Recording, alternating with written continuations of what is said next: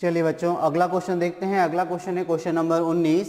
महेश एक दुकान से 654 रुपये में एक कमीज खरीदता है। बिक्री की दर 9% है।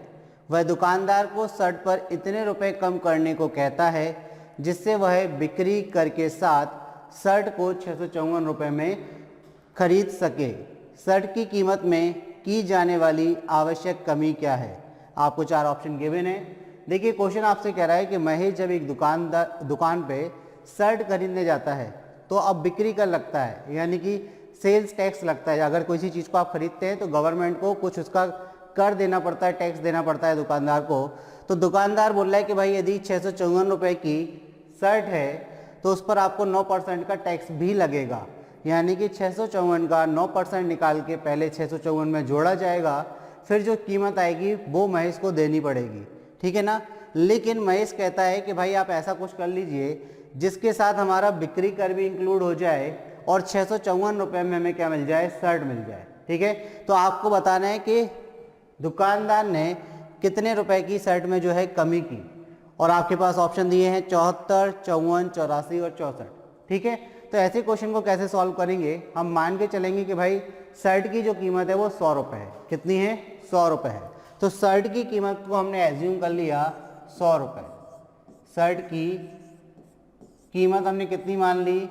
शर्ट की कीमत हमने मान ली 100 रुपये। हमने कहा शर्ट 100 रुपये की है। अब उस पर कितना टैक्स लगना है? सेल टैक्स कितना लगना है? बिक्री कर कितना लगना है? 9%। तो आप जानते हैं कि 100 का 9% 9 होता है, मतलब अगर सेल टैक्स लगेगा 100 रुपये पर तो आपको कितने रुपए चेक पे करने पड़ेंगे? 109 रुपये, ठीक है। लेकिन महेश कह रहा है कि आप तो हमें 654 रुपये में दे दीजिए और इस 654 में आपका जो सेल टैक्स लग रहा है वो भी शामिल कर लीजिए। तो इस हिसाब से अगर हम देखा जाए कि 100 रुपये की शर्ट 109 में बिकनी है तो 109 ही दे रहा है, क्योंकि सेल्स और टैक्स किस में इंक्लूड हो जा रहा है? 654 रुपये में। तो हम कहेंगे कि जो शर्ट का विक्रय मूल्य है वो कितना है? शर्ट का जो विक्रय मूल्य है वो 109 है। तो 109 की वैल्यू किसके बराबर? तो आप कहेंगे सर 654 के बराबर। किसके बराबर? 654 के बराबर। अब आप देखिए किससे कट जाएगा, तो आप कहेंगे सर 109 से 654 कितने बार कट जाएगा? 6 बार। तो 1 यूनिट की वैल्यू किसके बराबर? 6 के बराबर। यानी कि अब 100 यूनिट की अगर वैल्यू की हम बात करें तो 100 यूनिट की वैल्यू कितनी होगी? तो आप कहेंगे जो शर्ट का क्रय मूल्य है वो कितना है? 600। कितना है? 600। मतलब बात हुई कि 654 की शर्ट को हम 600 रुपये में दे देंगे और उसका 9% निकालेंगे, यानी कि 54, और उसमें ऐड कर देंगे। तो यानी कि कितने में दे देगा वो दुकानदार महेश को शर्ट? 654 रुपये में। तो यानी कि 654 में ही आ गई। पहले 654 से ज़्यादा में आ रही थी, ठीक है। 9% 654 पे लग रहा था, इस बार 9% किस पर लग रहा है? 600 रुपये पर, क्योंकि आप 600 का 9% निकालेंगे निकलेगा 54, ठीक। कितना निकलेगा? 9% निकलेगा इसका 54, 54, और 54 इसमें ऐड करके ये कितना 654 दे देगा। तो बात समझ में आ गई कि वो जो 654 की शर्ट थी कितने में देने की बात हुई? 600 रुपये में। और 600 रुपये पे कितना टैक्स लगाया? कितना बिक्री कर लगाया? 9%, यानी कि 54 रुपये। तो वो 654 में उसने बेच दी। तो कितना रुपये कम किया? तो अगर हम बात करें कि जो 654 की शर्ट थी उस पर 9% लगाकर ज़्यादा में मिलनी थी, तो यहाँ 600 रुपये पर दे दी उसको। 9% तो क्या सेल टैक्स है, यानी कि 54 रुपये की कमी हुई। कितने की कमी हुई? 54 रुपये की कमी हुई। तो शर्ट की कीमत में दुकानदार ने कितने रुपए की कमी कर दी? 54 रुपये की, ठीक है ना। 654 की शर्ट 600 रुपये में देने की बात हो गई। 600 का 9% निकाल कर आप 600 में जोड़ेंगे तो 654 हो जाएगा, यानी कि बिक्री कर के साथ में शर्ट जो है वो 654 रुपये में मिल जाएगी। आई होप बात आप तक पहुंच गई। तो चलिए किसको ऑप्शन पे टिक कर देंगे? ऑप्शन बी जो है वो हमारा आंसर हो जाएगा। ऑप्शन बी क्या हो जाएगा? हमारा आंसर हो जाएगा। चलिए बढ़ते हैं अगले क्वेश्चन की तरफ। देखते हैं क्वेश्चन नंबर 20 क्या है। एक दुकानदार अपनी वस्तुओं को क्रय मूल्य से 40% अधिक अंकित करता है और बाजार मूल्य पर 20% की छूट देता है। उसका लाभ प्रतिशत क्या है? बहुत अच्छा क्वेश्चन है। देखिए क्या होता है कि जब आप दुकानदारी के क्षेत्र में उतरते हैं, जब आप सोचते हैं कि हम एक बिजनेस करें, तो उस बिजनेस में ऐसा कभी भी नहीं होता कि आप 100 रुपये की चीज़ लेकर आएँ तो 80 में बेच दें तो आपको हानि हो जाएगी, या 100 रुपये की चीज़ लेकर आएँ तो आप 100 में बेच दें तो ना आपको लाभ होगा ना हानि होगी, ठीक है ना। तो जब हम बिजनेस करते हैं तो बिजनेस में हमारे दिमाग में एक थॉट रहता है कि हमें कुछ ना कुछ प्रॉफिट कमाना है। तो अब ये कैसे कमाएं, सामने वाले को तो हम ओरिजिनल प्राइस नहीं बता सकते किसी चीज़ का। तो यदि मान के चलिए एक दुकानदार ने एक दुकान खोली, तो वो क्या करता है, अपने वस्तु की जो कीमत है उसको 40% अधिक अंकित करता है। 40% अधिक का मतलब क्या है कि अगर वो वस्तु 100 रुपये में लेकर आता है, यदि वो वस्तु कितने रुपए में लेकर आता है, 100 रुपये में लेकर आता है, तो दुकानदार के लिए क्रय मूल्य क्या है वस्तु का, तो आप कहेंगे सर 100 रुपये। अब वो क्या करता है, इस पर 40% अधिक अंकित करता है। 40% अधिक का मतलब क्या है, 100 का 40% निकाल कर 100 में हम जोड़ देंगे। तो 100 का 40% आप जानते हैं कितना होता है, 40। अगर हम 100 में जोड़ देंगे तो वो अंकित मूल्य कितना बनाता है, 140 रुपये। तो ये क्या है, अंकित मूल्य। अब समझिए अंकित मूल्य क्या होता है। अंकित मूल्य कितना हो गया आपका, 140 रुपये। देखिए बात हो रही है, आपने देखा होगा जब आप कपड़ों की दुकान पर जाते हैं, आप शर्ट खरीदते हैं, पैंट खरीदते हैं, या किसी और चीज़ को आप परचेज करते हैं मार्केट से, तो उसके बॉक्स पर, उसके डिब्बे पर या उस पर एक टैग लगा रहता है, उस पर प्राइस लिखा रहता है। दुकानदार ने बोला देखिए भाई 650 रुपये का है, तो आप उसका टैग देखते हैं कि भाई यहाँ 650 का टैग है। फिर वो कहता है भाई तुम अपने हो, हमसे 50 रुपये कम देकर 600 रुपये में ले जाइए। तो आपको ऐसा लगता है कि 650 की ये चीज़ थी, ये इसने हमें कितने में दे दी, 600 में दे दी, 50 रुपये हमारे लिए कम कर लिए। तो वास्तविकता ये होती है कि दुकानदार क्या करता है, अपनी वस्तु की कीमत को यानी कि क्रय मूल्य को पहले से बढ़ा देता है। मतलब वो जो चीज़ आप दुकानदार से खरीद रहे हैं, जिस पर टैक्स 650 रुपये का था और जो आपको वो 600 में दे रहा है, इसका मतलब वो 600 से भी कम में लाया होगा। ठीक है, फिर वो क्या करता है, उसकी कीमत को बढ़ाकर लिखता है। तो ये केस भी इसी तरीके से है कि 100 रुपये की दुकानदार ने कोई वस्तु खरीदी, उस पर 40% अधिक अंकित किया। अधिक अंकित किया मतलब 140 रुपये उस पर लिख दिए, एक टैग लगा दिया 40% अधिक का, यानी कि 140 रुपये का। अब जब आप लेने गए तो आपने देखा कि टैग कितने का लगा है, इस पर 40% का। अब दुकानदार क्या करता है, और बाजार मूल्य पर 20% की छूट देता है। अब ये बाजार मूल्य हो गया, अंकित मूल्य का मतलब क्या है, ये बाजार मूल्य हो गया कि बाजार में ये चीज़ कितने की बिकती है, 140 की। जब आप लेने गए तो उसने कहा कि भाई आप तो अपने व्यक्ति हैं, आप 20% कम दे दीजिए। 20% का वो आपको डिस्काउंट दे रहा है, यानी कि 140 का कितने में बेचेगा वो आपको, 20% निकाल कर आप इसमें से माइनस कर दीजिए। 140 का 20% निकाल कर आप क्या कर देंगे, 140 में से माइनस करेंगे तो कितना बचेगा, तो आप कहेंगे सर 140 का 80% बचेगा। तो क्या ना हम डायरेक्ट 140 का 80% निकाल दें, क्योंकि हमें क्या निकालना है, विक्रय मूल्य निकालना है कि दुकानदार उस वस्तु को कितने में बेचेगा। तो अब आप देखिए यहाँ पर 140 का 20% डिस्काउंट देके यानी कि 80% में वो बेच देगा। तो 80% निकाल दीजिए, तो 140 इंटू क्या करेंगे आप, 80% को आप बटे में 100 कर दीजिए। 2 जीरो से जीरो कैंसिल, 14 अट्ठे 8 चौक 32 की 2 हासिल 3, 14 अट्ठे 112 होता है। यानी कि कितने में बेचेगा वो, तो विक्रय मूल्य हो गया आपका 112 रुपये। मतलब जो चीज़ वो 100 रुपये की लाया था, उसने उस पर लिखा 140 रुपये और बेचा 112 रुपये में। तो कितने का लाभ हुआ, तो आप कहेंगे सर 100 रुपये की चीज़ को 112 रुपये में बेचा गया, तो 12 रुपये का लाभ हुआ। तो लाभ प्रतिशत आपको बताना है, तो आप कहेंगे 100 पर 12 रुपये का लाभ का मतलब 12% का लाभ।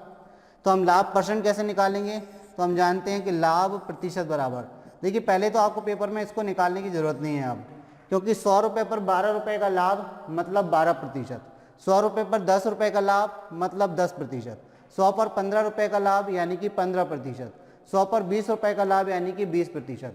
तो 100 पर जब निकालना हो तो डायरेक्ट आप आंसर दे देंगे। फिर भी आप देख लीजिए लाभ प्रतिशत क्या होता है, लाभ बटे क्रय मूल्य इंटू क्या कर देंगे, तो आप कहेंगे इंटू में 100। तो देखिए लाभ कितना है, तो आप कहेंगे 12 रुपये का, क्रय मूल्य कितना है, तो आप कहेंगे 100 रुपये का, और यहाँ पर क्या है परसेंट में कन्वर्ट करने के लिए 100 से 100 कट गया, कितना आ गया 12%। तो आपका आंसर क्या हो गया 12%। तो किस ऑप्शन पे टिक कर देंगे आप, तो ऑप्शन डी हमें दिख रहा है, ऑप्शन डी में हमें दिया है 12%। तो हमारा आंसर क्या हो गया ऑप्शन डी। आई होप आप तक बात पहुंच गई है। देखिए इस प्रकार हमने जो हमारा 21 अगस्त 2017 का मॉर्निंग शिफ्ट का पेपर था कांस्टेबल का, इसके हमने अगले 10 क्वेश्चनों का सॉल्यूशन कर लिया। ठीक है ना, 10 क्वेश्चन हम इससे पहले डिस्कस कर चुके हैं, ये इसके आगे 11 से लेकर 20वें क्वेश्चन तक का सॉल्यूशन था। अब इसके बाद हम 21 से लेकर 30 तक के क्वेश्चनों का डिस्कशन करेंगे कि भाई आगे और कैसे क्वेश्चन पूछे गए थे। क्वेश्चन नंबर 21 है, ए, बी और सी किसी काम को क्रमशः 24, 16 और 12 दिनों में पूरा करते हैं। यदि तीनों साथ मिलकर काम करने का निर्णय लेते हैं तो काम कितने दिनों में पूरा हो जाएगा। देखिए यहाँ पर दिया है कि ए, बी और सी 3 व्यक्ति हैं। किसी काम को यदि ये इंडिविजुअली यानी कि अलग अलग करते हैं तो ए को उस काम को करने में 16 दिन, ए को 24 दिन, बी को 16 दिन और सी को 12 दिन का समय लगता है। यानी कि तीनों अलग अलग इस काम को करें यदि तो क्रमशः 24, 16 और 12 दिन लेते हैं। तो सबसे पहले ये बात तो हमें समझ में आ गई कि क्वेश्चन किसका है, टाइम एंड वर्क का। तो देखिए आप टाइम एंड वर्क का एक क्वेश्चन आपके पेपर में आया है। इससे पहले जो हमने 20 क्वेश्चन डिस्कस किए थे वहाँ टाइम एंड वर्क का क्वेश्चन नहीं था। ठीक है, तो ये टाइम एंड वर्क के क्वेश्चन से शुरुआत हो रही है। तो एक क्वेश्चन आपका टाइम एंड वर्क का अभी आ गया आपके पास। अब देखिए टाइम एंड वर्क के क्वेश्चनों को करते कैसे हैं, तो 2 चीज़ें आपको हमेशा याद रखनी है। टाइम एंड वर्क का क्वेश्चन कभी भी आप सॉल्व करें तो उसके लिए पहली चीज़ आपको कार्य पता होना चाहिए कि कार्य कितना है। ठीक है, क्या चीज़ पता होना चाहिए, कार्य। और दूसरी चीज़ आपको क्या पता होना चाहिए, इफिशियंसी यानी कि क्षमता। तो हमें 2 चीज़ों की नॉलेज होना बहुत ज़रूरी है। एक तो हम बोलते हैं जिसको वर्क, ठीक है, और दूसरी चीज़ क्या, क्षमता यानी कि इफिशियंसी। दूसरी चीज़ क्या है, इफिशियंसी। अगर इफिशियंसी और वर्क हमारे पास है तो हम किसी भी टाइम एंड वर्क के क्वेश्चन को सॉल्व कर सकते हैं। ठीक है, किसी भी टाइम एंड वर्क के क्वेश्चन को सॉल्व कर सकते हैं। केवल हमारे पास इन 2 चीज़ों की जानकारी होना चाहिए। देखिए क्यों, टाइम एंड वर्क में आप वर्क कराएंगे तो वो वर्क तो पता होना चाहिए कि भाई कौन सा काम कर रहे हैं। ठीक है, अब वर्क कैसे निकाला जाता है, तो वर्क का फंडा क्या है। देखिए ए कितने दिन में करता है, तो ए के पहले दिन लिख लीजिए एक तरफ। बी कितने दिन में करता है, बी के दिन लिख लीजिए। सी कितने दिन में करता है, सी के दिन लिख लीजिए। तो हमने यहाँ पर क्या लिख लीजिए, डेज लिख लिए कि भाई कौन सा बंदा कितने दिन में काम करता है। तो ए 24 दिन में करता है, बी 16 दिन में करता है, सी 12 दिन में किसी काम को करता है। और टाइम एंड वर्क के क्वेश्चनों में आपको हमेशा ध्यान रखना है कि जो काम ए कर रहा है 24 दिन में, वही काम बी कर रहा है 16 दिन में, और उसी काम को सी कर रहा है 12 दिन में। यानी कि इन तीनों के द्वारा जो काम किया जा रहा है अलग अलग दिनों में, वो काम समान है। तो समान काम कैसे निकालें, तो जो इनके दिन होते हैं ना, उनके दिनों का अगर हम एलसीएम ले लेते हैं तो हमारे पास क्या निकल कर आ जाता है, कार्य। तो पहली चीज़ तो निकल आती है हमारे पास कार्य। कैसे, जो भी दिन दिए हैं उनका आप क्या ले लीजिए, एलसीएम ले लीजिए। तो हम यहाँ पर क्या करेंगे, यहाँ पर हम 24, 16 तथा 12 इन तीनों का क्या लेंगे, का एलसीएम लेंगे। का एलसीएम यानी कि लघुत्तम समापवर्त लेंगे। एलसीएम कैसे निकाला जाता है, तो भाई एलसीएम निकालना भी सीख लेते हैं। 24 कॉमा करके 16 लिख लीजिए, कॉमा करके 12 लिख लीजिए। इन तीनों नंबर को एक ऐसी संख्या से भाग दीजिए जिससे इन तीनों में भाग चला जाए। तो आप कहेंगे सर 4 से भाग जा रहा है, तो बिल्कुल 4 से भाग दे दीजिए। 4 छिंग 24, 4 चौके 16, 4 तिया 12। अब आपको एक ऐसी संख्या से भाग देना है कि या तो तीनों में भाग चला जाए, नहीं तो मैक्सिमम संख्या में, मतलब कम से कम 2 में भाग चला जाए। तो आप देखिए अगर 3 से भाग देते हैं तो इसमें भी जाएगा, इसमें भी जाएगा, पर 4 में नहीं जाएगा। और एक कोई ऐसी कॉमन संख्या है नहीं जो तीनों में भाग चला जाए। तो हम क्या करने वाले हैं, 3 से भाग दे रहे हैं। 3 से भाग देंगे, 3 दूनी 6, 4 में भाग नहीं जाएगा, 3 एकम 3। अब 2 से भाग दे सकते हैं, तो आप कहेंगे 2 एकम 2, 2 दूनी 4, और ये आपका एक ही रहेगा। तो अब आपको क्या करना है, जो रिमेनिंग संख्या बची है इन सब का आपस में मल्टीप्लाई कर देना है। यानी कि 4 तिया 12, 12 दूनी 24 और 24 दूनी 48। तो इनका एलसीएम कितना निकल कर आया, 48। तो एलसीएम कितना निकल आया, 48। तो हमने देखा कि हमारे पास वर्क कितना निकल आया, तो वर्क जो है वो निकल कर आ गया 48 यूनिट। मतलब हम कह सकते हैं कि 48 यूनिट का काम ए के द्वारा 24 दिनों में किया जाता है, और हम कह सकते हैं कि 48 यूनिट का काम बी के द्वारा 16 दिनों में किया जाता है, और हम कह सकते हैं कि 48 दिनों में या 48 यूनिट का काम सी द्वारा 12 दिनों में किया जाता है। तो हमने क्या निकाल लिया, हमने सबसे पहले वर्क निकाल लिया। अब हमारे पास जब वर्क आ गया तो हमें क्या करना है, हमें चाहिए इनकी इफिशियंसी यानी कि क्षमता। तो क्षमता कैसे निकालते हैं, किसी व्यक्ति द्वारा एक दिन में किया गया कार्य ही उसकी क्षमता होती है। तो चलिए देखते हैं कि कौन सा व्यक्ति कितने दिन में, एक दिन में कितना काम करता है, तो उसकी क्षमता आएगी। तो ये तो सबसे पहले क्या आ गया हमारे पास, वर्क आ गया, तो हमने वर्क निकाल लिया। अब देखिए ए क्या है, 24 दिन में 48 यूनिट का काम करता है, तो एक दिन में कितना करेगा, तो आप 24 से 48 में भाग लगा दीजिए, तो आप कहेंगे सर 2 यूनिट का काम करेगा। तो एक ही क्षमता कितनी है, 2 यूनिट काम करने की है, मतलब एक दिन में 2 यूनिट काम करता है। तो बात समझ में आ गई। बात हमारी ये समझ में आ गई भाई कि एक दिन में किया गया कार्य ही क्या होती है, क्षमता होती है, एफिशिएंसी होती है। ठीक, तो देखिए ए एक दिन में कितना करता है, 2 यूनिट, बी एक दिन में कितना करता है, 3 यूनिट, सी एक दिन में कितना करता है, 4 यूनिट। तो हमने देखा ए एक दिन में 2 यूनिट, बी 3 यूनिट और सी कितना, 4 यूनिट का काम करता है। क्वेश्चन आपसे कह रहा है कि तीनों यदि मिलकर एक साथ काम करें तो ये काम को कितने दिन में समाप्त कर लेंगे। तो हम ये देख लेते हैं कि भाई तीनों मिलकर एक दिन में कितने यूनिट का काम करेंगे। तो ए प्लस बी प्लस सी की अगर बात करें तो एक दिन में कितना, 2 यूनिट, बी एक दिन में कितना, 3 यूनिट और सी एक दिन में कितना, 4 यूनिट काम करता है। तो तीनों मिलकर एक दिन में कितना करते हैं, तो आप कहेंगे 4 और 3 7 और 2 9 यूनिट काम करते हैं। अच्छा, इन तीनों से कितना काम करवाना है, तो आप कहेंगे सर इन तीनों से हमें 48 यूनिट का काम करवाना है। तो पूरा दिन कितने लेंगे, तो देखिए दिन कैसे निकलता है, दिन निकलते हैं कार्य, जो कार्य है उसको किससे भाग दे दीजिए, क्षमता से, तो क्या निकल आएगा, दिन निकल आएगा। ठीक है, तो कार्य बटे क्षमता क्या होती है, दिन होती है। तो भैया कार्य कितना था, तो आप कहेंगे सर 48 यूनिट। तो 48 यूनिट का टोटल कार्य है, जो कि ए बी सी एक दिन में कितना करते हैं, 9 करते हैं। तो 48 कितना दिन में करेंगे, तो दिन बराबर होगा कार्य बटे क्षमता। तो भाई हमने देखा किससे कट रहा है, 3 से, 3 तिरके अन्य 3 से 16 बार, तो ये आपका हो गया 16 बटे में कितना, 3, 3 से कटेगा, 3 पंचे 15, 1 बटे कितना, 3, यानी कि दिन। तो ये आपके पास आ गया क्या, आपका आंसर, यानी कि 5 सही 1/3 दिन में ये क्या कर लेंगे, तीनों मिलकर 48 यूनिट का काम कर लेंगे। अब आप इस क्वेश्चन को ऐसे समझिए थोड़ा सा कि जो 48 यूनिट हम बोल रहे हैं, आप ऐसे समझ लीजिए कि ये तीनों व्यक्ति क्या है, टेलर है। ए भी एक टेलर है, बी भी एक टेलर है और सी भी क्या है, एक टेलर है। ए 24 दिन में 48 शर्टें बना सकता है, सिल सकता है, जबकि बी 16 दिन में 48 शर्टें सिल सकता है और सी 12 दिन में 48 शर्टें सिल सकता है। एक चीज़ और ध्यान रखना, जो दिन कम लेता है उसकी क्षमता कैसी होती है, ज़्यादा होती है। जो समय कम लेगा उसकी क्षमता कैसी होगी, ज़्यादा होगी। हमें क्लियर दिख रहा है। तो ए एक दिन में कितना सिलता है, तो आप कहेंगे 2, बी एक दिन में कितना सिलता है, तो आप कहेंगे 3, सी एक दिन में कितना सिलता है, तो आप कहेंगे 4। अब इन तीनों को बोला गया कि आपको टोटल 48 शर्टें एक साथ में मिलकर सिलनी है।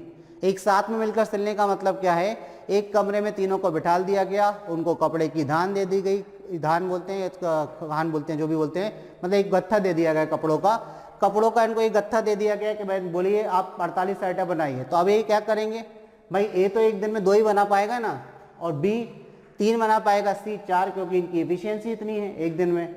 तो हमने देखा कि एक दिन में ये तीनों मिलकर कितना बनाते हैं, 9 बनाते हैं। अब बनवाना कितना है, 48। तो 48 के लिए हमने क्या किया, 48 को 9 से भाग दे दिया, तो 5 से 1/3 दिन में ये तीनों मिलकर क्या करेंगे, 48 शर्टें बना देंगे।